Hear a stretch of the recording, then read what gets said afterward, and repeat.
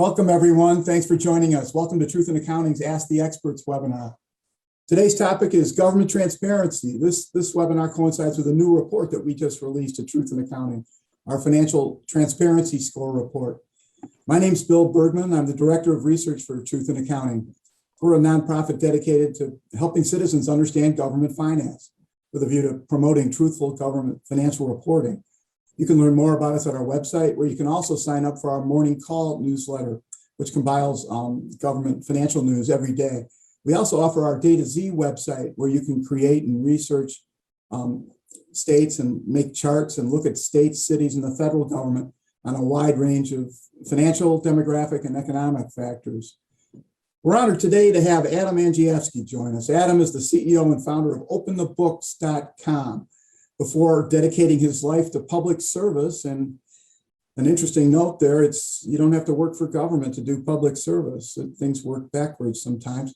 Adam co-founded Homepages Directories, a $20 million publishing company. Today, OpenTheBooks.com is the largest private repository of U.S. public sector spending.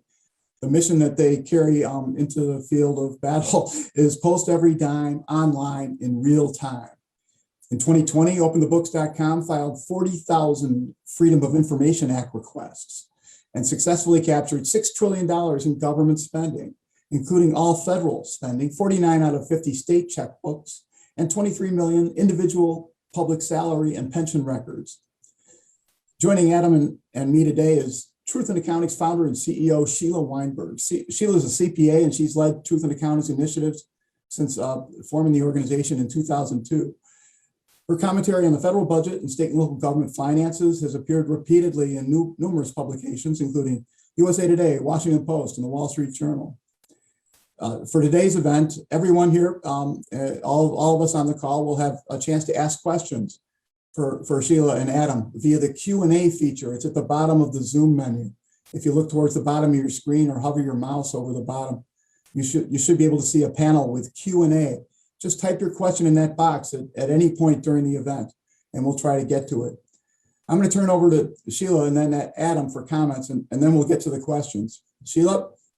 Oh, thanks, Bill. And again, thanks, Adam, for joining us. We really appreciate it. We released the Transparency Score report for the states on Tuesday. Like all this, our other work, we issue this to encourage governments to provide citizens with the information they need to be knowledgeable participants in their government. We believe that our representative forms of governments are at stake because people cannot advocate for tax and spending policy based upon the wrong numbers, or they can't even figure out who to vote for. So we believe transparency and government accountability is important. That's why our work is important. And Adam's work at Open the Books is also important. To summarize the financial transparency score report, bad news. Overall, the 50 states, the transparency score went down. And overall, only 37 states received a clean opinion, down from 10 states last year. Now, what's a clean opinion? It's kind of an accounting term. It's a disclaimer opinion. It's an opinion where us accountants look at, the auditors, the state produces the books, the auditors look at them and make sure that the books are done correctly. So the states can get a clean opinion, meaning, everything is fine. Or they can get a qualified opinion, which means there's some mistakes in there, but they're pretty bad, but not horrible. And then you can flunk your audit. Now, in the private sector, if you do not get a clean opinion, life becomes bad. The IRS starts looking at you. The stock exchange probably would kick you off. Your creditors look at you. Your stockholders look at you. But for some reason in government, nobody cares whether these governments get clean opinions or not. And in fact, Colorado, Georgia, and Nebraska actually flunked their audit. They got a disclaimer opinion, and then 10 states got qualified opinions. Alaska, Arizona, Florida, Illinois, Kentucky, Missouri, New Mexico, New York, Nevada, and Ohio. In essence, they got D's on their score. Now, 8 of these opinions were a result of the government's processing all of those hundreds of millions of, if not billions of dollars of unemployment benefits that the federal government handed out. While the government handed them out, but they weren't sure, they didn't double check, well, will the states be able to process these properly? And many of the auditors in the states found out, no, they were not able to process them. One of the worst offenders was Colorado, and they fell 8 places in our scorecard because they got a disclaimer opinion related to the unemployment claims, and now they're at last place. They only got 46 out of 100 of our score of 100. Connecticut and Vermont, they got better. That's the good news. We don't have very much good news usually, but we have a little bit of good news. Connecticut and Vermont got better.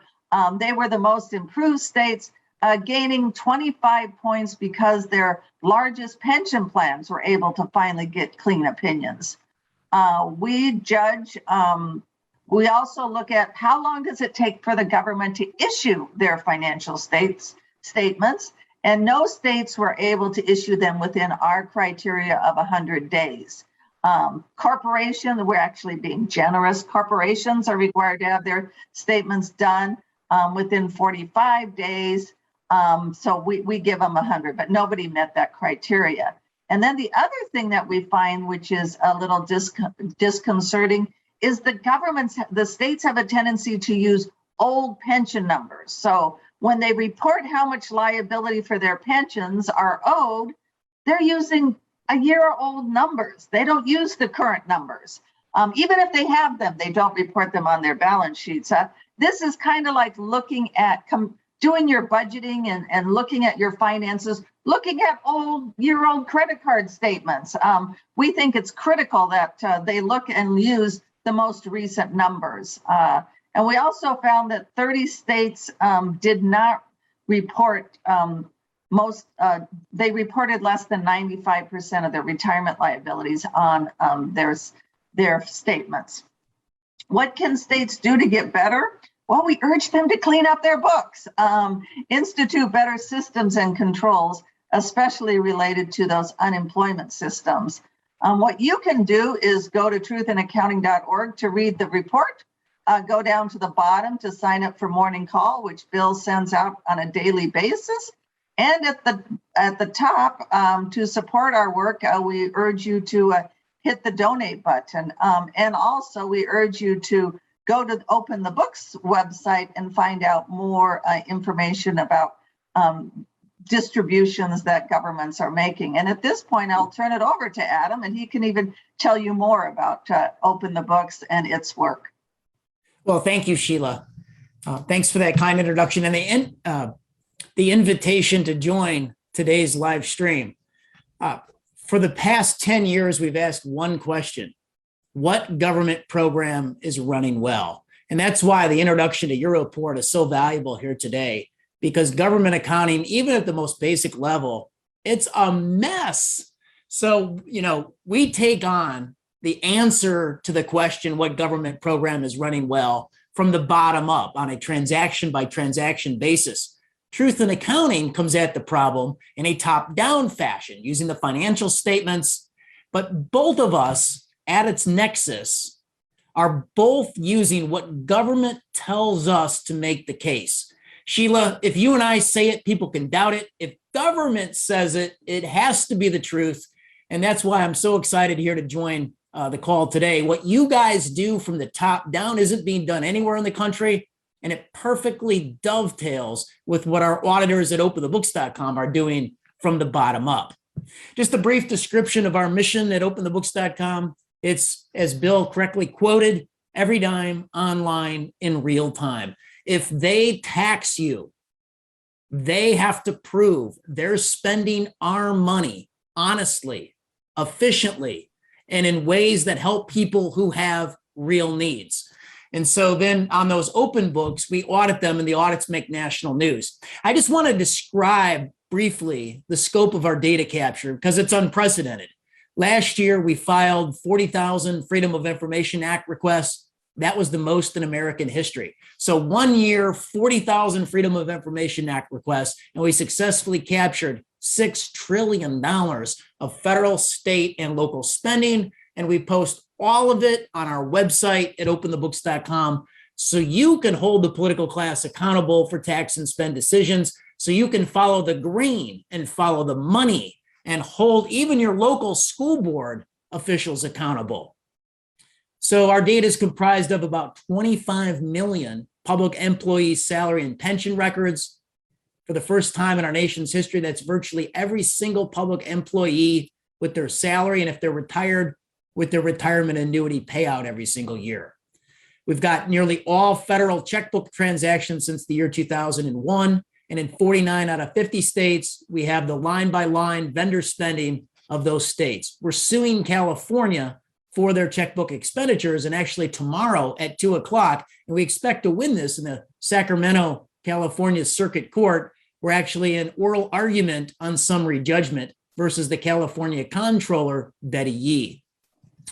We not only open the books, but we audit them. The audits make national news. And so here's just some of what our national investigations have shown since July. So you may have heard of these things. Maybe you didn't know it was openthebooks.com. Sometimes once it becomes national news, we're actually not cited on the data point. You remember the Biden official in June when they came to the Sunday talk shows and they said that Republicans defunded the police. Well, what we do at openthebooks.com oftentimes is we just fact check political promises. So we took a look at the 30 most populous cities, and we found, lo and behold, it was Democratic mayors who had defunded the police. That really wasn't news, but it was a good data point. We took it a step further and we asked the question, what did they do with their own police protection detail funded by taxpayers? So while they defunded the police in the neighborhoods for the people, hypocritically, they increased, oftentimes by $1 million over the course of a year or 5 years, their own taxpayer-paid police protection detail. And this affected policy in New York City and Los Angeles and Seattle. In August, we found and investigated one of our most impactful national and international stories of the year. As the Taliban was overrunning Afghanistan, we wanted to know how much military gear was left behind.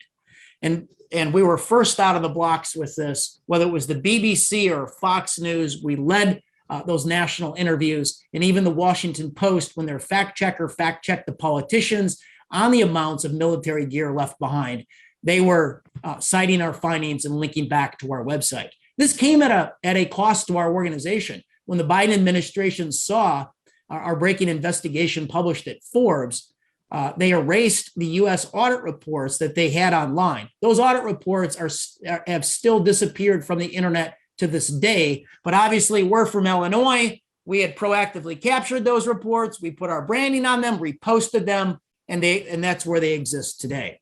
In September, we saw the Biden press conference where he wanted to issue the mandate on private employers with more than 100 employees, 100 or more employees for a vaccine mandate. And we found the enforcement mechanism tucked inside the human infrastructure bill, the $3.5 trillion bill. It's now been transferred to the skinny human infrastructure bill, the $1.8 trillion bill. They want to increase the OSHA fines up to $700,000 per willful instance within a private company if you're not following the Biden vaccine mandate. In October, after U.S. Attorney General Merrick Garland issued the order to sic the FBI and parents at school board meetings, it put a white-hot spotlight on his son-in-law's business, Panorama Education, and we were able to, they do surveys for K through 12 schools, and we were able to show the amazing scope of Panorama. They're in all 50 states. Their surveys cover 13 million U.S. public school students, and they're in 25,000 schools across the country. And it's the survey that critics say that then brings in the critical race theory curriculum. So this is how, just in the past couple of months, on big national and international news stories, our hard data has affected the national narrative. Well, thanks, Adam. Bill will go off mute in a second, and then we'll be able to hear him. Thanks a lot, Adam. Once again, everybody, we got Q&A open for you if you want on our Q&A. Send your questions in. We've got a few already. I've got a few for both Adam and Sheila. My first question for both of you is, how could Truth in Accounting's work and Adam's work and Open the Books, how can we merge, for instance, our financial transparency score, Sheila? How could we incorporate Adam's efforts into that scoring system? Any thoughts? No, I think we could expand it and, include rankings on, governments being transparent with their checkbooks. I think Adam said it perfectly. Thank you, Adam, that, we're looking at the 30,000 foot level, looking at the financial statements and the overall financial condition of the governments. And Adam is doing it from the bottom up, looking at each and every distribution expenditure of the government. And I'm glad to see that they've also added pension data. Yeah, Adam, have you done any 50 state ranking, or do you have any, have you organized your data in that fashion to compare the states? So we haven't, but we piggyback off Truth in Accounting's efforts. For instance, whether it's the oversight that we do on pay and pensions in San Francisco or Los Angeles or Washington, D.C. or Chicago or New York City, or in the states like Florida, Texas, New York, California, Illinois. When we put these reports up, I'm a senior policy contributor at Forbes, and when we break these reports, they're very, very popular. Our report on the six-figure highly compensated public employees in Illinois a year ago received over 900,000 views, almost 1 million views today on that piece. What we do is we take the data lab Truth in Accounting studies that show the unfunded pension liabilities and the grades of those entities, whether it's state government or those major American cities, and we add to the story some of that good research. And so what that does is it just buttresses the argument that that public employees, oftentimes through union power, they're living a really good life. Taxpayer dollars are increasing, but it's never enough.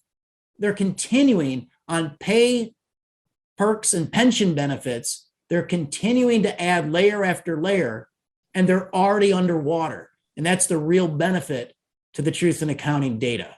It puts the exclamation point on our research. I was very pleased when Adam and when you guys at Open the Book started to add not just the disbursements for people's salaries, but also the accumulating pension and retiree healthcare benefits, because without that, you're not looking at the overall compensation of somebody. Often people will say, well, government employees are paid less, but once you add the pension and retiree healthcare liabilities, the current healthcare, the vacation pay they get, the numerous, I think you guys did a story on the numerous vacation days or paid holidays that they get. Their salary is often far and above the taxpayers' salaries who are paying for those. Well, you're exactly right, Sheila. So for instance, like in Los Angeles County, the lifeguards make up to $392,000 all in, pay, perks, and pension benefits. That's unsustainable. There's 82 that make over $300,000 a year as a lifeguard. So together, we put Baywatch on Paywatch right there in Los Angeles. This same situation, maybe not in such a sexy manner as the LA lifeguards, is playing out across the entire country. So it used to be, the old paradigm was you worked for a little bit less salary, then at the end of the day, you had a nice golden parachute. That's how it was for my father, who taught in the Illinois public school system for 36 years. He made less as he went, but at the end of the day, he did have a gold-plated pension plan. That whole scenario today is changed. You make a lot of money as you go. Your benefit package is gold-plated, as is your taxpayer-funded retirement pension. For example, at the federal level, if you hit your 3-year anniversary, incredibly, in the federal executive agencies, There's 1.4 million federal workers there. You hit 3 years and you receive 44 days of paid time off. So it's 11 holidays, 13 sick days, and 20 vacation days. So think about it, Sheila. It's nearly every week is a 4-day work week. Nearly, not quite every week is a 3-day weekend for a federal bureaucrat.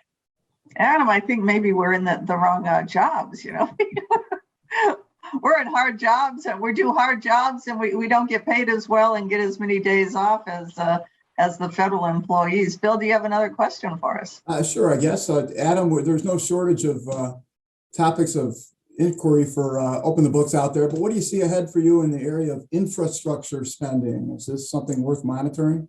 Yeah. So the bipartisan infrastructure bill. So you had a number, I think it was 6 U.S. senators, Republicans joined Democrats in the Senate, and then you had 13 Republicans in the House join Democrats to get that bill passed. So it was a bipartisan infrastructure bill. Well, you have to read the fine print. It wasn't all roads and bridges. There's $42 billion for government ownership of the internet. And Bill, that is simply Soviet. You don't have to be Polish like me to remember the old Soviet Union and government ownership of networks. And that's exactly what Michael Paul, the former chair of the FCC, called this arrangement. If you think about this, it's not enough that you have big tech censoring. Government wants to own the pipe. They want to own your internet access points. And this is particularly troubling on a lot of levels. I don't care if you're a private business. If you sign up through a government-owned network for internet service, they would have access to everything. All of your correspondence, all of your websites, all of your company data, everything. Think about if you're a farmer. A lot of it's the internet of everything. The internet runs, a lot of machines nowadays. Think of the treasure trove of data government's scooping up. Think about if government, God forbid, wants to cancel you for any reason. They own the internet. They could conceivably, as government power grows, exert a lot of influence on you because of what they control. So look, it is simply Soviet. $42 billion to own the pipe, to own government-controlled networks. And we know that this was a quiet but signature proposal from the Biden administration. And how do we know this? Well, at openthebooks.com, we captured the White House payroll. And the number 2 most highly compensated Biden staffer out of 567 of those was the czar for government ownership of the internet. They wanted $100 billion. They settled for $42 billion. It's a massive number and totally unnecessary. Well, Adam, I would think, Al Gore invented the internet, so shouldn't the government own it? Oh, sorry, Bill, I digress. Well, along those lines, another element of potential future infrastructure spending, quote unquote, infrastructure that's out there is this Local Journalism Sustainability Act. I don't know if either of you are aware of that effort, but having government sustain newspapers with direct funding for newspapers, whatever a newspaper is, that's a curious development.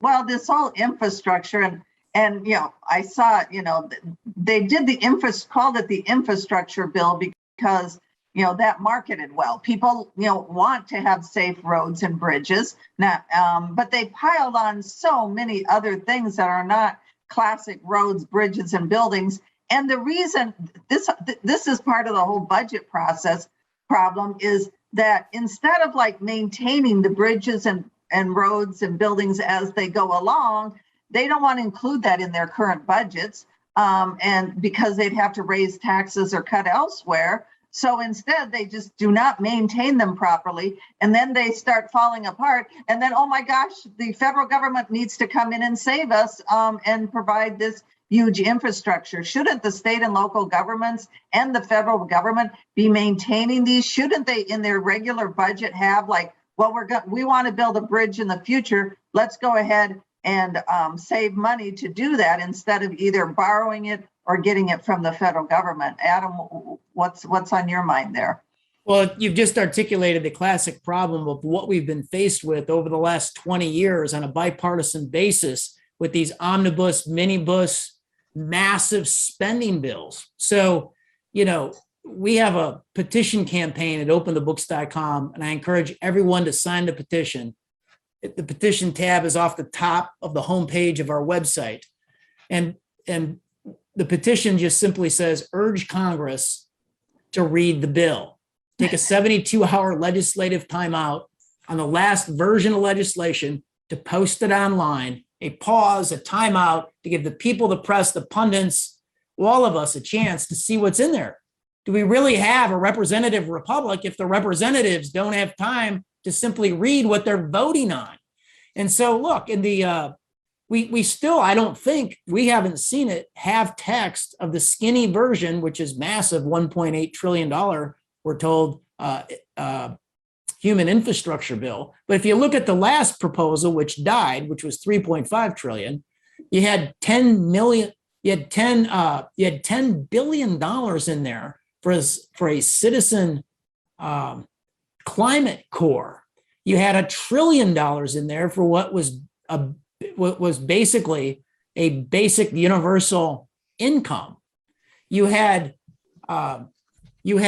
just a lot of things in there that are completely that need to be debated in their own bills. So break apart these big, massive omnibus bills, break them into individual bills. If the idea can survive the debate in Congress, it's good for the American people. That's where we need to be. Interesting. All right, let's move to some audience questions. We got a semi-lengthy one, but it's pretty interesting and certainly up Adam's alley, I think. Tim Hodeling has the following ideas or questions. My Florida county made purchases in the COVID emergency that failed to comply with normal procurement procedures as detailed in ordinances. That aside, as a management emergency action, there is an emergency procedures ordinance mandating a written record of circumstances, methods, and action of why the spending was in the interest of the public. What do you think about the emergency exceptions and/or procedures in terms of transparency, Adam? So I think the law has to be flexible to account for the different scenarios that can come down the pike. Under all circumstances, everything should be posted in real time and have public debates on it. Look, for a long time, we've advocated something that would cut corruption tremendously and save taxpayers a tremendous amount of money. And it's called a Dutch auction. Use the latest in technology. Put your request amongst qualified bidders. You run an online auction where they bid down the packages, the prices for goods and services. You pre-qualify your bidders. You put what you need out there. You run your auctions, and everybody can see in real time how that price drops amongst qualified bidders. You can even use it for employment positions. There are many procurement issues that can be run off a Dutch auction and save taxpayers 20 to 40%. Interesting. All right, here's a question or reaction from Rick Skiba, a friend of Truth in Accounting. What's the difference between the government owning roads and owning the pipeline of the internet? Should we think about, and I'm reacting to Rick's questions, why is government in the roads business in the first place? Any thoughts? How do we account for roads, Sheila? Well, roads are, they're accounted for on a cash base, on a how much they cost basis. Again, there is, we do have a friend of Truth in Accounting, Strong Towns, who actually believes that these roads, bridges should actually not be an asset on government's balance sheets, but they should be a liability because they have to maintain them after they're made. And that's one concern I have with this huge infrastructure bill is they're going to go ahead and put more and more, roads and bridges out there. Who's going to maintain them? And are they going to just, or I think that Strong Towns also did a study and said, hold it, instead of building new roads and bridges if we have a ribbon cutting ceremony, that keeps me popular with my voters. Hey, let's go ahead and get all these deferred maintenance, this maintenance caught up. They're not looking at, looking at that. They're looking at providing new ones instead of maintaining the old ones. So in terms of roads versus the internet, we didn't have an internet problem. For instance, private internet companies had spent nearly $2 trillion over the last 20 years to provide internet access to everybody. And so you can accomplish what you want, through the private sector, through government regulation of that, and mandates for coverage on the internet. And private companies were coming in with their own solutions to be able to scoop up market share. So I think that's the main difference, is that there was already a private sector solution in place and governments coming in, which just increases their size, scope, and power. Yeah, a little scary there. Here's a question from an anonymous attendee, or a suggestion that is a good one. Is there any evidence that states with better transparency have lower spending per capita, or lower debt per capita, or some other metric? Any studies that look at the relationship between transparency and government outcomes? At Truth in Accounting, we have a really smart, intelligent economist who looks at metrics like this. And I'll turn it back over to Bill for that question. Well, thank you. Yeah, Courtney, you're doing a great job, and we appreciate it. No, we do a lot of that, and in fact, there is a strong relationship. We haven't formally published things along those lines, and maybe we should get our work together and do a formal study, just like you're suggesting, Mr. Anonymous attendee, or Mrs. Adam, how about you? What's your reaction? Are states with better transparency maybe more managed better in general, and perhaps have better outcomes or productivity of the public sector as well? So I'll just answer it from an anecdotal perspective. I can tell you that when politicians run for office, they run on transparency, and once elected, they run away from it. And so transparency, citizens can't hold their government accountable unless we know what's going on. It's not a level playing field if citizens don't have access to the data.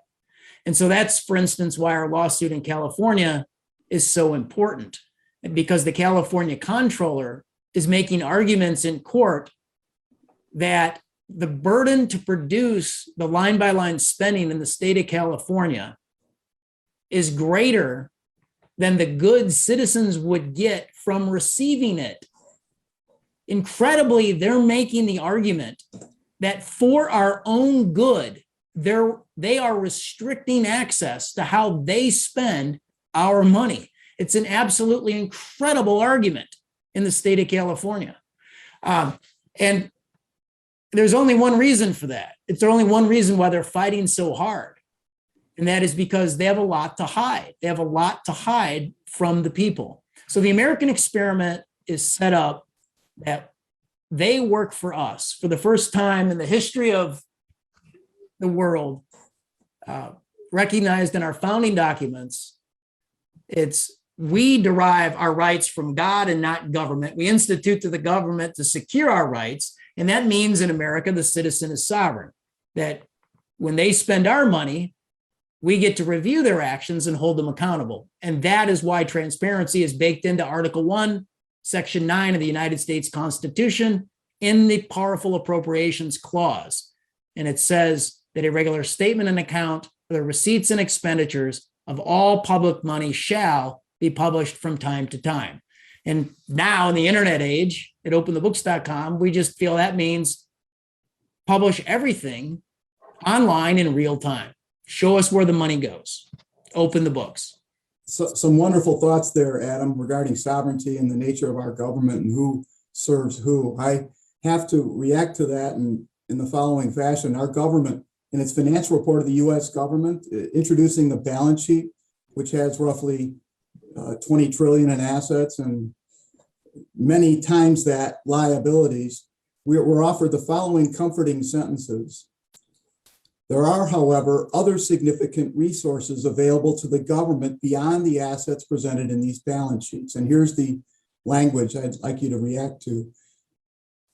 They include the government's sovereign powers to tax and to set monetary policy. In other words, we should be calm and feel good that our government is going to be okay because it can take our money away. And not only that, but they're claiming to have the sovereign power. They're possessing, who is sovereign in the United States, Adam? Well, the people are sovereign. So look, we uncovered a little bit of this, and this is going to be an interesting string that plays out over the next couple of months and probably the year. So we filed 3 Freedom of Information Act requests on the Federal Reserve. Our objective at openthebooks.com is to audit the Federal Reserve. I mean, you cannot follow the green if you don't audit the Federal Reserve, because on every single dollar bill, it's printed on there. It's a Federal Reserve note. So you literally can't follow the money unless there's transparency at the Federal Reserve. Here's the 3 Freedom of Information Act requests. Their salaries. Who in which position made how much last year? Here's the second one. Their line-by-line checkbook expenditures. We get this from the federal government, 49 out of 50 states, and about 15,000 individual units of local government. So the Federal Reserve as an agency, we requested that. We haven't heard back from them on it yet. We also requested their credit card spending. I want to see on their electronic credit cards where they're spending our money. Okay, so the first request we heard back from the Federal Reserve. I wrote about this last couple of weeks ago at Forbes. They've got 23,000 employees. We requested all of them, name, position, salary, and they actually produced 369 of them. And so we're looking to file a Freedom of Information Act lawsuit on that request to get the other roughly 23,000. They arbitrarily gave us everybody who makes more than 225,000 only at the Board of Governors, okay? And they've got obviously two massive other branches to the Federal Reserve. So this was an arbitrary number. They mischaracterized our request on purpose. And so we have to file a lawsuit to open the books on their salaries. And keep in mind, for the first time in American history, we've successfully captured virtually every single public employee salary at every level across the entire country last year. So we're serious about breaking open the Federal Reserve payroll file. And I'm sure we're going to have to sue for their checkbook and their credit cards as well, but we're up for it. I look forward to following that effort closely, Adam. Along those lines, we have a statement of appreciation from Dan Hazard. I just got to relate. Elated that TIA and Open the Books have collaborated on a strategic alliance. Hopefully this presentation could be repeated at the 2022 Freedom Fest. Dan Hazard, that's an interesting venue. Perhaps we should follow through on that. Here's a thought again from Tim Hodling. Roads and bridges, thoughts on public-private partnership approaches. What's any feelings there? What is the nature of the public sector? How private is some of these public-private partnerships? How do we account for this stuff? Anybody? I'll weigh in. Sheila, you might have thoughts as well if you want to go first. No, go ahead, Adam. Okay. So look, I like to keep the lines clean. I don't like to blur the lines. When lines get blurred, it introduces cronyism and taxpayers get screwed. So I don't like, on its face, typically, I mean, other than, obviously at the Department of Defense and things like that, you have to have public-private partnerships. But I like to minimize those type of things because it quite simply blurs lines. And in this country, both the left and the right have conspired to put in permanent government. Here's the definition of it. It's government that cannot be changed by virtue of an election.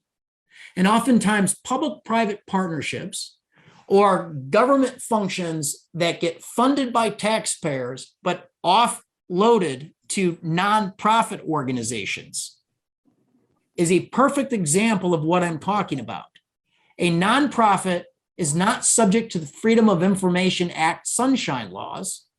They're not affected by an election. Taxpayers, if they fund it, have no control then over the policy if that type of arrangement is codified in the law. I don't like it. I think we should minimize it only in very, very unique situations. Well, Adam, I think your data would also indicate, talking about nonprofits, I was shocked to find out how much United Way, Jewish United Fund, other nonprofits are funded by state and local governments. I went to an Illinois budget hearing in my local community, and I thought it was going to be a hearing about how to be transparent, how to be accountable, how to only spend the money we have. What it was numerous people coming in saying, I want more, I want more. And one of them was the local chamber choir. And I'm like, the state government is funding that. There are, as you say, there are so many nonprofits funded by the government. And then, as you mentioned, then they don't have control over and how much, okay, so I'm in a nonprofit, you don't know how much the executives there are making. And they do make a lot of money. So what we did is we took it's really good research. We have to publish the report. It's all in my inbox. And we just suffer like you do, Sheila, from a lack of capacity oftentimes. So here's what we distilled. We took the entire federal grant making apparatus and we took the top 100 nonprofits. And then we went through their 990s and we put their executive compensation on there. And so the report purely and simply will be the top 100 federally funded nonprofits that derive over 90% of their income from the federal government and whose executives make more than the president of the United States. Yep. I've got a related question for you, Adam and Sheila. Thinking about, looking lately at one of your initiatives, Adam, you're pretty interested in the Ivy League. I thought you cared about open books and government. Why are you so interested in the Ivy League along those lines? Exactly, Bill. So one of our principles is we don't need more scrutiny or transparency on the private sector. Basically, all of us, we're already transparent.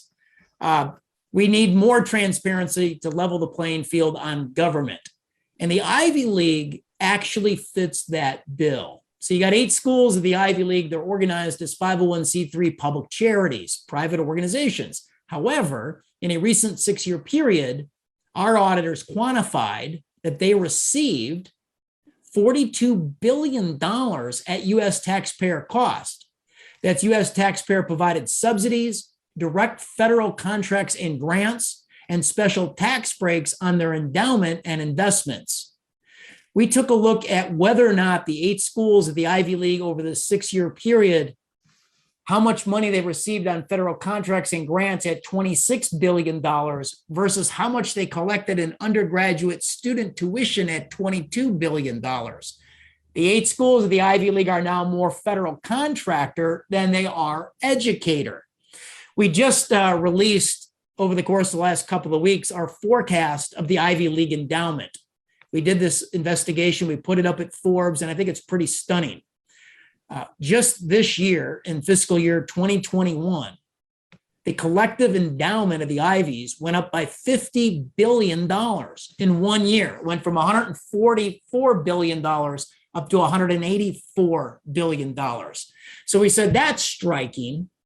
So at the current gift and giving rates and the long-term rate of return going back 20 years of the collective Ivies, how long will it take for them to have $1 trillion collective endowment? 27 years. So Bill, what that says is their $100 billion optics problem on their endowment is soon going to become $1 trillion optic problem on their endowment. And so here's what we all need to say to the Ivy League: lighten the load on the U.S. taxpayer. I'm encouraged by your enthusiasm for that idea, Adam. Thank you for it as a fellow citizen.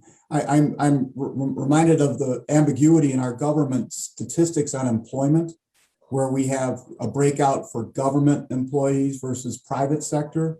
And our public sector, how big is our public sector compared to what we have for government employees in the overall? Our government maybe is a lot bigger than it is formally. along these lines. Yeah, Bill, we looked at the highest a few years ago, looked at the largest employers of the in the Chicagoland area, and the federal government was 3 times higher than the closest corporation. And that's just the federal government, much less the state and local governments. So the governmental employees are growing for more and more as we go. Adam, I would kind of ask a question. I hope I don't put you on the hot seat too much. A lot of this work you're talking about seems to be aimed at the Biden administration, aimed at Democratic elected officials. Can you provide, but I know you're nonpartisan, so can you provide an example of your work and how it also affects and maybe look negatively at Republicans? Yeah, so first off, we give the President Donald Trump administration an F on spending and debt. So over the course of the first 2 years of the administration, we took the Republican leadership in Congress to task on all the national news shows. House Speaker Ryan and Mitch McConnell in the Senate, they passed when Trump, so you have all of Congress with Republican majorities, Republican President Donald Trump, and they passed trillion-dollar budget deficits in those years during boom times. And we put a big spotlight on that. We've gone back through Republican and Democratic administrations. When George W. Bush took office, the national debt was $5.8 trillion. When Donald Trump left office, it was roughly $28 trillion over 20 years. We just did an oversight report called Mapping the Swamp, a study of the administrative state. We did the same one in 2016 to show what President Trump inherited from the Obama administration. We updated that report to show what President Biden inherited from the Trump administration. And so here's what happened. The swamp is at an all-time high. President Trump promised to drain the swamp, and the swamp grew to an all-time high in the executive agencies of 1.4 million employees, which is actually 40,000 employees more than where it ended at in 2016 at the end of the Obama administration. Great question, Sheila. Great answer, Adam. Here, in the spirit of the topic of the day, here's an anonymous attendee asking the question that follows. Who funds Open the Books? Can we get a percentage breakdown? Yeah, it's about 20% rank and file individuals, about 80% foundations, and other large individual donors. So we're only funded by people. We would take corporate money, but corporations, I guess we've just really never pursued. We have virtually no corporate money at openthebooks.com. So a question from another attendee is, do you have a newsletter? How can I stay in touch with you, Adam? We have one at Truth in Accounting. How about Adam? We do about 8 mailings a year, and we do 1 or 2 subscriber emails per week. So if you just send me an email at adam@openthebooks.com, I'll get you on the list. Or you could just sign up at openthebooks.com and you'll be on the email list. Yeah, and often Bill in his morning call from Truth in Accounting, we often cite your work. So it's another way to get out your information. Thank you very much. Yeah, that morning newsletter that you guys do, that should be required reading for anybody that's interested in government or government finance. And in today's day and age, that should be all of us. We should all be concerned. And yeah, Bill does a great job of aggregating federal, state, and local government budgeting and accounting stories. We use it to publicize information like Adam's. And then also, like on Tuesday, we highlighted that our transparency score was issued. I'm going to get a weighty question in from Barrett Peterson relating to some of Adam's question or thoughts about the statement and account clause. Barrett Peterson asks or notes the following: the appropriations clause, like many state laws, emphasized cash flow. It was designed in a time of poorly understood or non-existent accrual liabilities or other modern techniques and transactions. So Sheila, I guess maybe we could start with you on this one. What is this cash versus accrual stuff about? Why is that important? Well, the cash basis is just my checkbook. Here's how much money I have coming in. Here's how much money I have going out. And governments, especially state and local governments, they have balanced budget requirements that say my cash coming in should equal my cash going out. And that's how we theoretically hold our elected officials accountable, because they can't spend more money than they're taking in.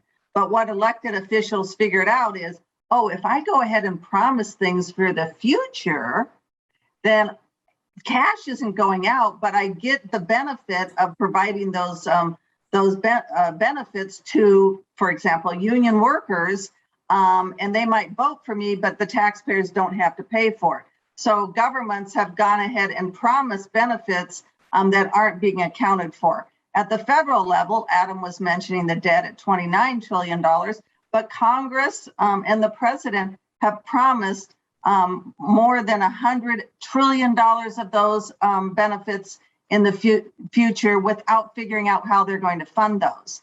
But those are not included on the federal's financial statements or in the budget. So again, Adam was mentioning who expanded the government more than, was it Democratic leadership or Republican? Well, when George W. Bush was in office, they went ahead and expanded Medicare. They promised people to have prescription drugs. They did not set up a long-term funding mechanism for it. They incurred this cost. It expanded government beyond what more than anybody has since Medicare was enacted, but that didn't hit the books. It didn't hit the books.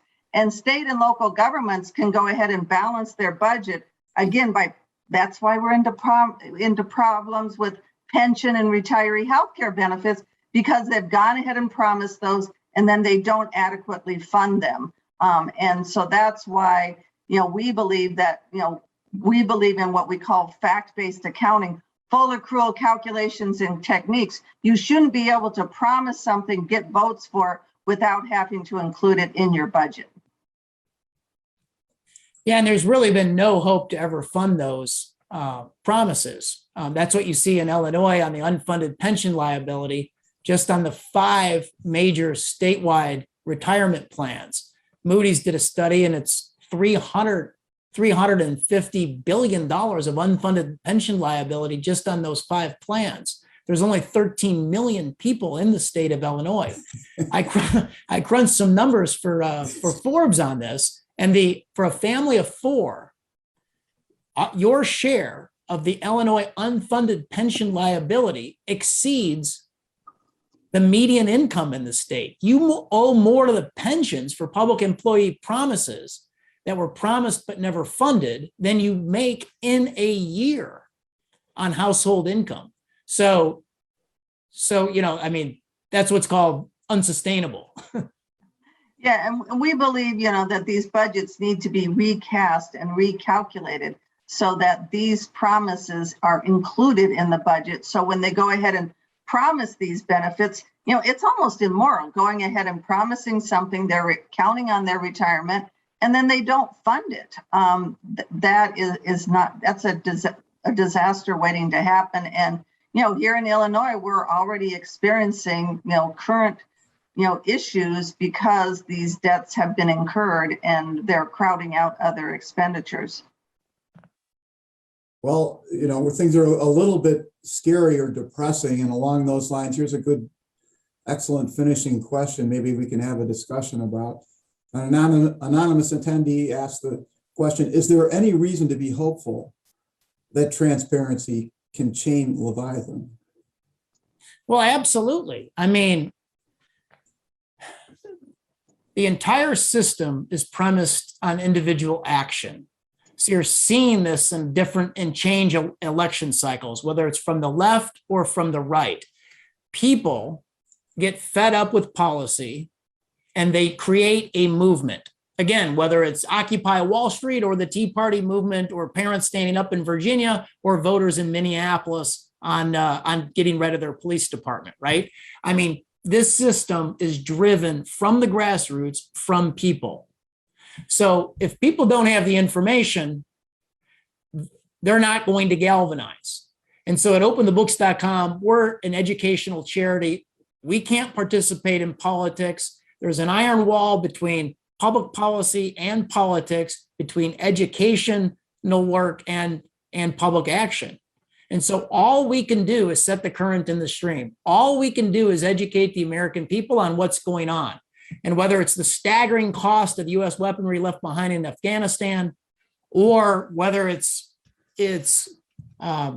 looking into enforcing the National Institutes of Health to be transparent with Dr. Anthony Fauci's salary, benefit package, job description, contracts, amendments, and addendums, whether or not he's receiving royalties from pharmaceutical companies. They're withholding a lot of this information to us. So we actually did file a lawsuit to begin the process of opening the books to see what's going on there, since he's tip of the spear on policymaking in the biggest pandemic in the last 100 years. These all have public policy implications. They all have educational implications for the American people. Again, we're supposed to be, they're supposed to work for us. We're supposed to be in control. And so at openthebooks.com, our sole mission is to help educate the American people on the most salient issues of the day. Sheila, I've heard some of your ideas and what Adam just said in light of Truth in Accounting's mission. What is our mission, Sheila, along these lines? Well, again, we're just trying to get the information citizens need to make knowledgeable decisions. Adam mentioned California. Right now, the governor is going around and saying that they have a surplus. Well, correct me if I'm wrong. If somebody has a surplus, to me, it means they have extra money. And it also means that to the governor and the citizens in California, because they're spending this, quote, extra money. But if you look at their accrual, truthful numbers, they have more debt than any other state in the union. But because they're doing this old, antiquated cash basis accounting, they're pretending that they have a surplus. Well, they're making tax and spending policies based upon the wrong information. And I think, again, it goes down to even the voting level. These governments, state governments, have a balanced budget clause. It's so the elected officials can't spend more than they collect, but they're not being told the truth. And if the governments are actually are spending more money than they're collecting right now, and if they had to raise taxes to cover that spending, the voters might not vote for them, but the voters are not given that information to make that decision in the voting booth. So that's why we issue the financial state of the states, the financial state of the city, this transparency score, and have data-z.org so citizens can gather the information they need to be knowledgeable voters and knowledgeable advocates for certain spending and taxing policies. Sheila, I got a follow-up question there for you. Is this a choice that California makes when it decides to use these antiquated accounting procedures for budgeting, or is there something else involved? And maybe does California have to use those techniques? No, and unfortunately, the states and the local governments use this cash basis accounting. They're not required to use it; they just choose to use it. Now, just keep in mind that a corporation that I think it's up to $20 million. If a corporation makes more than $20 million, the IRS does not allow them to use this cash basis accounting because it can be misleading and not show the truthful numbers. But these governments who make 10,000 times more than that are using this to make budget decisions, and they're using it because it provides a short-term view of the government's finances. And the elected officials are only in office for a short time. So they don't want to look at, here's the long-term problems that we're creating. We just want to look good on the short term. And we do have states like, Utah, who are doing a better job at using more accrual accounting, but we're trying to get this fact-based budgeting into the governments so the citizens know the true numbers instead of being told, hey, we have a surplus, we balanced our budget and all of that. Well, Courtney's sending me some angry emails, so I think we have to wrap it up. Thank you both. It was a wonderful discussion, and thank you for your work, Adam. And thanks everybody for joining us. Adam, we look Thanks, forward to Adam. watching your work in the future. Thanks. Thank you. Thank you.